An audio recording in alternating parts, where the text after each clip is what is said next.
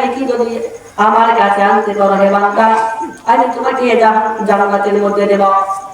আল্লাহ রাব্বুল বলবেন, বান্দা মনে খুশি হয়, আনন্দ হয়, তিনি আল্লাহকে বলবে, আল্লাহ গো, হাসরের ময়দানে আমার কতগুলো বান্দাগুলো আছে, আমি তাদের কাছে যে একটা করে আমল নিয়ে আসবো।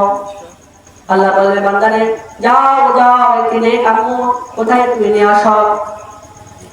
আল্লাহ বলবেন, ওই বান্দাকে খোলা ময়দানে ছেড়ে দেবেন, আর ওই বান্দা মনে আনন্দ নিয়ে তার দুনিয়ার বন্ধুর কাছে যা বলবে, বন্ধু রে, বন্ধু রে, দুনিয়াতে কত মহাব্বত করেছিল রে, দুনিয়ার উপর চলেছি রে বন্ধু, একটা নেক আমল আমারে দাও। সে বন্ধুর কাছে যা বলবে, হাসরের ময়দানে বন্ধু সব বলবে, আমি কাউকে চিনি না, আর নেক আমল আমি দিতে পারবো না। সেদিন নিরাশ হয়ে যাবে, ওই বান্দা চলে যাবে তার বিবি বাচ্চার কাছে, যা বলবে, বিবি রে, দুনিয়ার উপরে তোমাকে কত সম্মান করেছিলাম, যা কিছু আবদার করেছিলেন তাই আমি দুনিয়ার উপরে দিয়েছি বিবি, আমি এই হাসরের ময়দানে একা হয়ে গেছি, আমাকে যদি একটা নেক আমল দিতে পারো, আমি ওই নেক আমল নিয়ে জান্নাতে যাব। সেদিন ওই বিবির চিন্তা বলবে, আমার কোনো সাথে ছিল এবং এই হাসরের ময়দানে আমি কাউকে চিনি না, আর একটা নেক আমল যদি দেই তাহলে আল্লাহ রাব্বুল আলামিন আমাকে জাহান্নামের মধ্যে ফেলে দেবে। সেদিন বিবি ছিল না, কথা ঠিক না?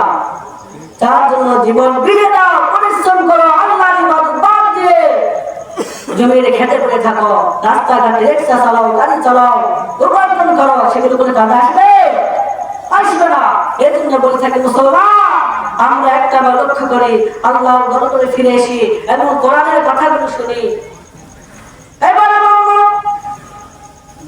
তার বিবি থেকে নিরাশীন হয়ে যখন যাবে, তখন বলবে, ও মা, তুমি সন্তান দুনিয়াতে যা কিছু চাইতে আমি তাই দিতাম, যদি একটা নেক আমল আমারে দিতে পারো, আমি আল্লাহ রাব্বুল আলামিনের কাছে ওই নেক আমল যদি নিয়ে যাইতে পারি, আমার আল্লাহ রাব্বুল আলামিন আমাকে জান্নাতে দেবে। আল্লাহু আকবার বলেন।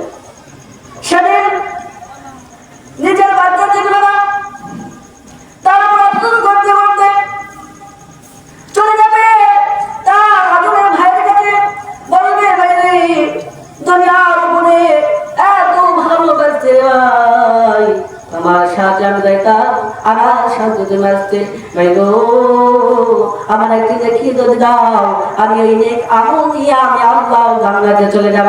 এবার ভাই বলবে, ভাই রে, এই হাসরের ময়দানে কেউ কাউকে চেনে না, সেদিন নিজের চিন্তা, নিজের ধারাগুলো একা হবে, আর কেউ কাউকে চেনে না।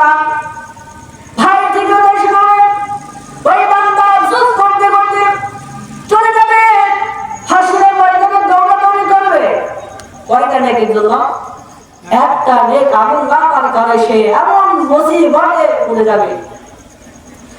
ভাই থেকে এসে দাও, এবার তার মহাব্বতের বোনের কাছে যাবে, আমার বোন রে, দুনিয়ার উপরে কত মহাব্বত করতে, কত ভালোবাসতে রে, আমাদের একটা নেক আমল যদি দিতে পারো, আমি আল্লাহর জান্নাতে চলে যাব।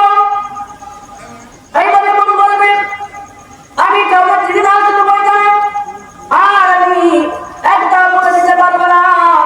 সেদিন ওই বান্দা দৌড়াদৌড়ি করবে হাসরের ময়দানে, কোথাও ঠাই পাবে না, একটি নেক আমল পাইবে না, ঠিক না? আমার বন্ধুরা, আমার বাচ্চারা রে, সেই হাসরের ময়দানে আল্লাহ রাব্বুল আলামিন ছেড়ে দেবে, বান্দা এখন যাইবে, বলবে, বোন রে, আমাকে পেরেশানি করে নিলে। এবার যাবে কাজ নিজের বাবার কাছে। কার কাছে যাবে? নিজের বাবার কাছে যাবে। মহাব্বতের বাবা, দুনিয়ার উপরে আমি যা কিছু চাইতাম তাই দিতে, আর এই হাসিনের ময়দানে আমি বড় কামিয়ে গেছি। যদি আমার একটা নেক আমল দাও তাহলে আমি একটা আমল দিয়ে আমি আল্লাহর জান্নাতে চলে যাব। সেদিন ভাইও চিনবে না, বন্ধুও চিনবে না, বিবি বাচ্চাও চিনবে না। সেদিন একা হতে হবে। কি হতে হবে? একা হবে। আর ওই ব্যক্তি আফসোস করতে করতে নিজের গাগুলো কেটে কেটে নিজে টেনে ছিঁড়ে হিসে বলবে, আল্লাহ বলবে ও ফেরেশতারে যাও,